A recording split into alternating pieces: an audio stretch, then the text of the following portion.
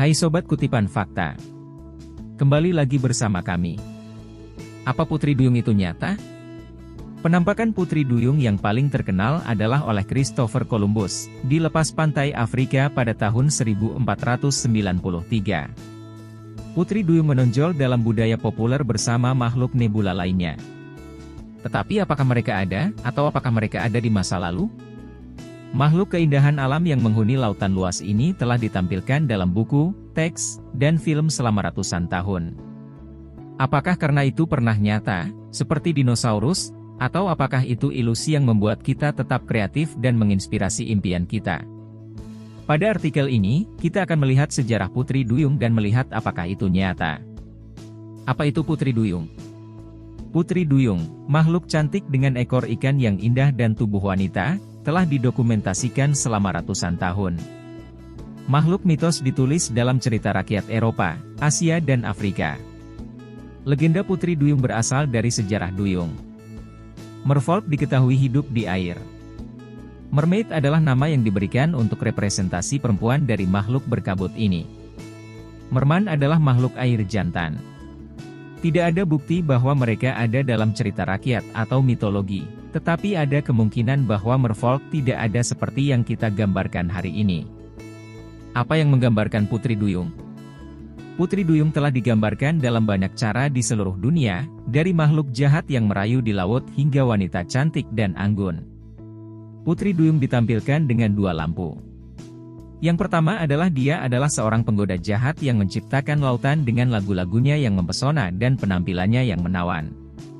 Lain adalah bahwa dia adalah seorang wanita laut, seperti Dewi Laut, dan digambarkan dengan cara yang indah dan elegan. Menjadi kesepian dan tanpa pria dan hubungan membuat mereka menjadi manusia. Penggambaran kebaikan dan kejahatan ini diadaptasi dari waktu ke waktu dan memiliki pengaruh besar pada penyair romantis dan sarjana pasca romantis. Dalam mitologi Yunani mereka dikenal sebagai sirene, makhluk yang menghasilkan bunyi. Kapan catatan pertama Putri Duyung? Salah satu dokumen paling awal tentang merfolk berasal dari teks Cina yang ditulis pada abad ke-4 SM. Tertulis.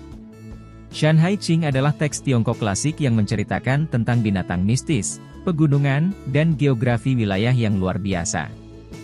Dalam bahasa Cina, Jioren berarti suku Hiu dan digunakan secara luas dalam teks-teks abad pertengahan.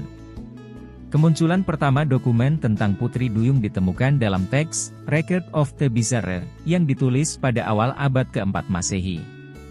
Putri Duyung muncul dalam Homer's Odyssey yang ditulis sekitar tahun 675 sampai tahun 725 sebelum Masehi.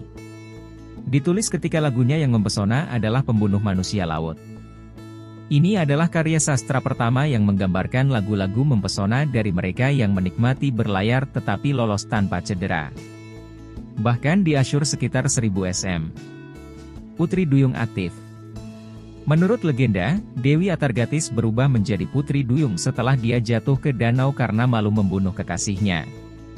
Meskipun dia tidak dapat mengambil bentuk penuh dari seekor ikan, dia menjadi Putri Duyung yang cantik. Dia dikenal sebagai Dewi Derketo dalam mitologi Yunani. Kapan Putri Duyung kecil pertama kali muncul? Penampakan Putri Duyung yang paling terkenal adalah Christopher Columbus. Pada 9 Januari 1493, dia menulis di buku catatannya bahwa dia telah melihat sesuatu yang tidak biasa dan belum pernah melihatnya sebelumnya. Di lepas pantai Afrika, Columbus melihat 3 putri duyung terangkat di atas permukaan laut. Dia menggambarkan mereka sangat berbeda dari cerita rakyat. Tidak begitu cantik dan ajaib, tetapi lebih sederhana, seperti ikan dengan wajah manusia.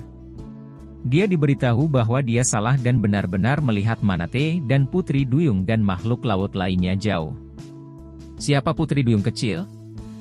The Little Mermaid adalah salah satu kisah Putri Duyung paling terkenal dalam sejarah, difilmkan oleh Disney pada tahun 1989.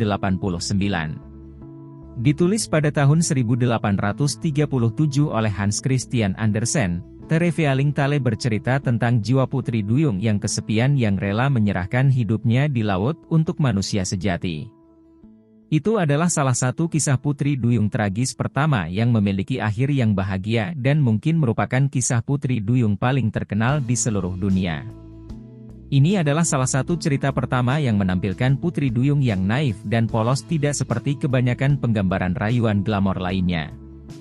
Ada patung putri duyung di Copenhagen, Denmark, tempat sejarah dibuat, dan itu adalah monumen populer bagi wisatawan.